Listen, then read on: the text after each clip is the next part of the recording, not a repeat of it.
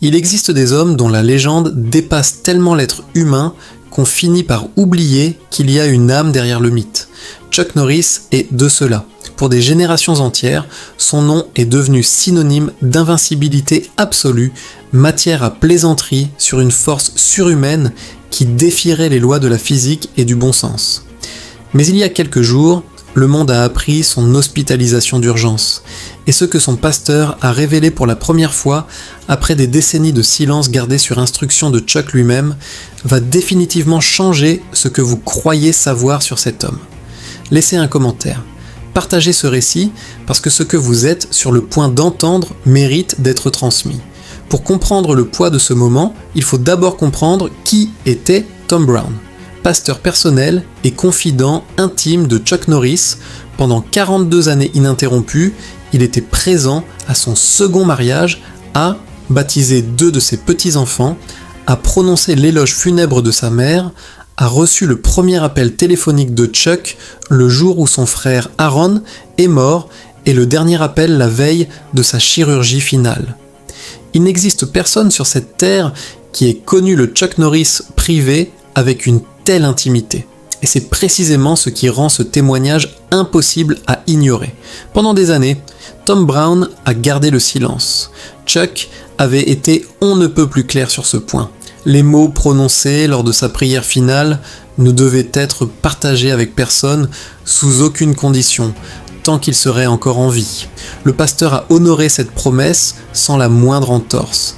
Il a attendu 7 jours entiers après le décès de Chuck avant d'en parler à sa propre femme. Il a confié que porter seul le poids de ses paroles pendant une semaine complète avait été l'une des épreuves les plus difficiles de son existence. Il ne dormait plus. 3 nuits consécutives à fixer le plafond dans l'obscurité, rejouant chaque mot dans sa mémoire, incapable de trouver la paix après ce qu'il avait été le seul à entendre. Cette prière n'a jamais été enregistrée. Elle n'a pas été lue depuis un pupitre dans une église pleine. Elle a eu lieu dans le salon du ranch texan que Chuck possédait et aimait depuis presque 40 ans. 12 personnes étaient présentes, les membres de sa famille proche, son aide de longue date, une infirmière en soins palliatifs et son pasteur. Pas de caméra, pas de micro, pas de public. Juste un homme et ceux qu'il aimait. 2 minutes après la fin de la prière, tandis que tout le monde pleurait encore, le pasteur a discrètement sorti une serviette en papier de sa poche et y a consigné chaque mot dont il se souvenait tel qu'il avait été prononcé. Il ne l'a dit à personne. Il a simplement su, au fond de lui, que ces mots étaient trop précieux pour risquer d'en perdre un seul. Cette serviette est restée pliée dans sa Bible pendant des semaines avant qu'il ne la montre à une autre âme. Le pasteur est arrivé au ranch 2 jours avant la prière. Chuck avait déjà arrêté la plupart de ses antidouleurs. Son corps fléchissait, mais son esprit restait parfaitement net. La première chose qu'il dit au pasteur, en franchissant la porte d'entrée, n'était ni une plainte sur la douleur, ni une demande de prière pour lui-même, ni une confession de peur ou de regret. La première chose qu'il dit fut celle-ci. « J'ai un dernier travail à terminer avant de partir. » Le pasteur ne comprit pas. Il pensa à une affaire en suspens, peut-être une lettre à écrire, il avait tort. Il ne comprendrait le sens de ces mots que 2 jours plus tard, au moment où la prière commencerait. Le jour et demi suivant, Chuck parla à peine. Il passait la plupart de ses heures de veille assis sur la véranda arrière du ranch, les yeux posés sur cette terre qu'il avait appelée chez lui pendant 38 ans. La même terre où il avait appris à ses fils à monter à cheval. La même terre où il s'était entraîné pour des douzaines de ses rôles les plus célèbres. La même terre où il avait fait construire une chapelle privée pour que sa famille puisse prier ensemble le dimanche matin. Durant ces heures silencieuses, il écrivait sur un bloc-notes jaune, page après page. Personne dans la famille n'avait le droit de voir ce qu'il couchait sur le papier. Quand il eut terminé, il arracha les feuilles, marcha lentement jusqu'à la cheminée et les brûla toutes une par une. Ce qu'il avait écrit dans ces dernières heures devait rester entre lui et Dieu. La famille n'a jamais cherché à en savoir plus. La veille de la prière, Chuck fit une demande précise. Il voulait que chacun de ses enfants et petits-enfants rejoignent le ranch sans exception ni excuse. Certains conduisirent une partie de la nuit pour arriver à temps. Quand ils furent tous là, il les accueillit individuellement. Il prit le visage de chacun entre ses mains, le regarda dans les yeux et lui remit un petit souvenir personnel accompagné d'une lettre manuscrite glissée dans une enveloppe cachetée. À ce jour, aucun membre de la famille Norris n'a révélé ce que ces lettres contenaient. Ils ont déclaré publiquement qu'ils ne le feraient jamais. Le lendemain matin, tout le monde se rassembla dans le salon, les rideaux étaient retirés, la maison était d'un silence absolu. Un lit médicalisé avait été installé près de la fenêtre, mais Chuck refusa de l'utiliser. Il demanda à son fils aîné de l'aider à se mettre debout, puis à s'agenouiller sur le tapis au centre de la pièce.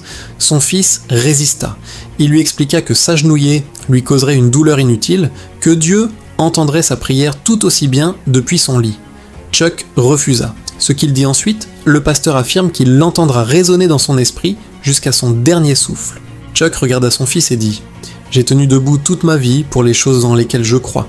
Il est juste que je m'agenouille pour la dernière fois. » Personne dans la pièce ne put articuler un mot. Son fils l'aida à descendre sur les genoux sans ajouter un seul mot de plus. Avant que la prière ne commence, Chuck s'adressa directement à sa famille. Il s'excusa auprès d'eux. Il leur dit qu'il était désolé pour chaque anniversaire manqué parce qu'il tournait un film à l'autre bout du monde. Désolé pour chaque représentation scolaire à laquelle il n'avait pas pu assister. Désolé pour chaque dîner dont il avait été absent. Il leur dit que chaque récompense posée sur ses étagères, chaque affiche encadrée, chaque dollar sur ses comptes ne valait absolument rien comparé au temps qu'il aurait pu passer avec eux à la place. Plusieurs de ses petits-enfants pleuraient déjà avant même qu'il ne commence à prier. Le pasteur invita doucement tout le monde à fermer les yeux. Chuck pouvait commencer quand il se sentait prêt. Pendant 17 secondes, il ne dit rien. Le seul son dans la pièce était sa respiration.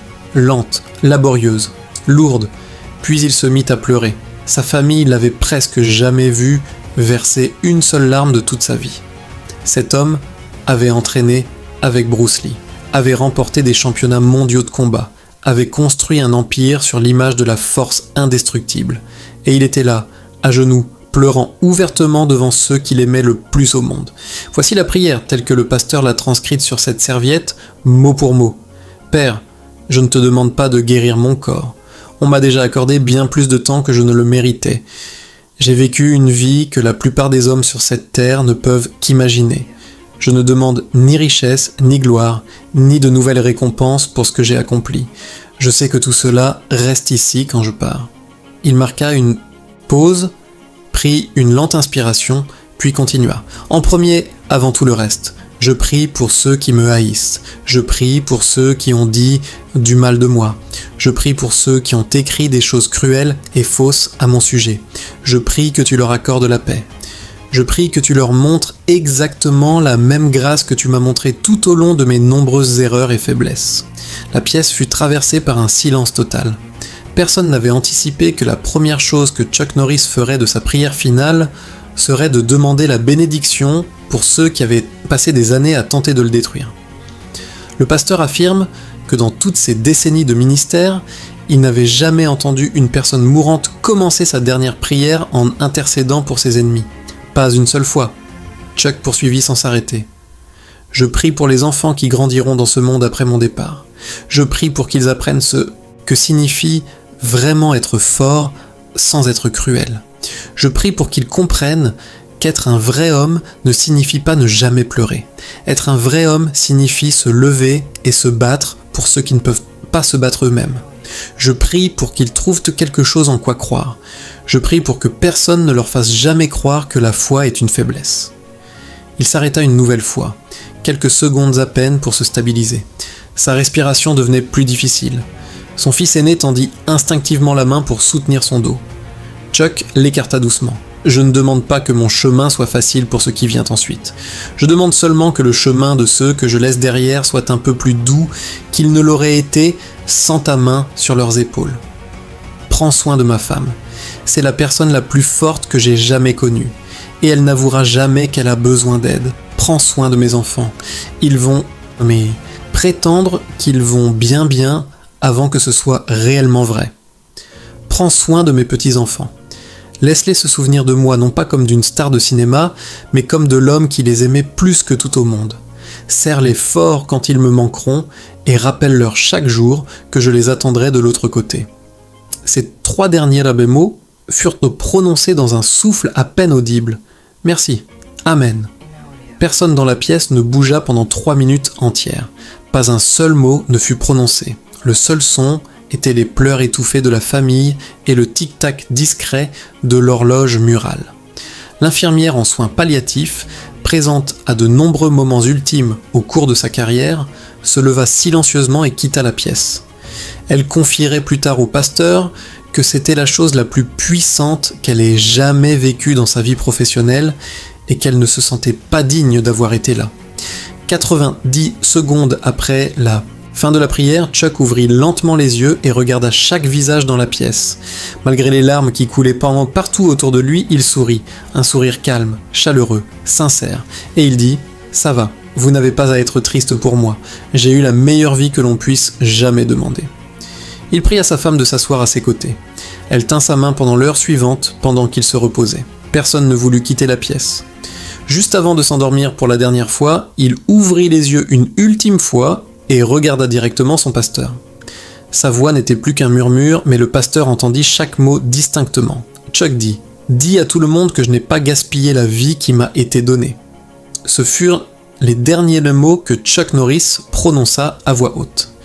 Il s'éteignit paisiblement moins de 2 heures après avoir terminé sa prière, entouré de chaque personne qui comptait pour lui.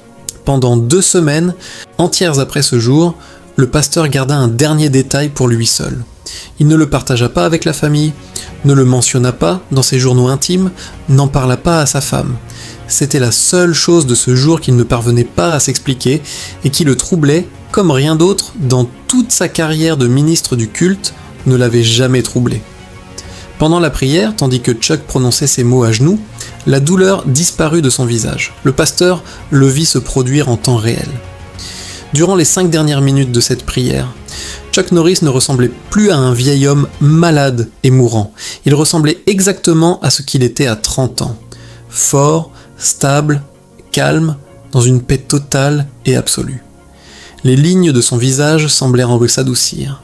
Sa voix, qui avait été faible et tendue pendant des jours, devint claire, posée et pleine. Le pasteur dit n'avoir aucune explication médicale pour ce qu'il a observé. Aucun cadre théologique qui en rende compte pleinement. Il sait seulement ce qu'il a vu de ses propres yeux, et il témoigne de chaque mot.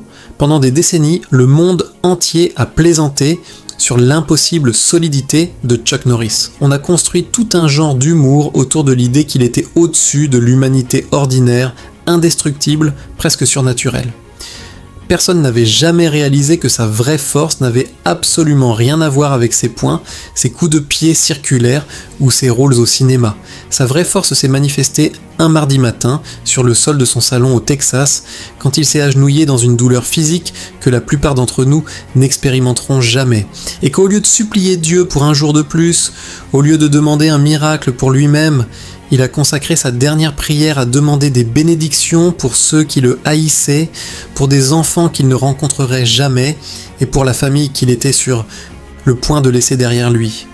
Aucun film ne durera éternellement. Aucune récompense ne sera regardée indéfiniment. Aucun record ne résistera au temps. Mais les mots prononcés à genoux dans ce salon texan continueront de toucher ceux qui les entendront pendant des générations. Nous ne choisissons pas combien de temps nous est accordé dans ce monde. Nous choisissons seulement ce que nous faisons du temps qui nous est donné. Et Chuck Norris, dans ses derniers instants conscients, a choisi d'élever tout le monde autour de lui plutôt que de parler de lui-même. Si ce récit vous a atteint en profondeur, partagez-le avec quelqu'un qui en a besoin aujourd'hui, laissez un commentaire avec ce que vous avez ressenti et abonnez-vous pour ne jamais manquer les histoires que les grands médias ne raconteront jamais. Parce que derrière chaque légende, il y a une vérité humaine qui mérite d'être transmise.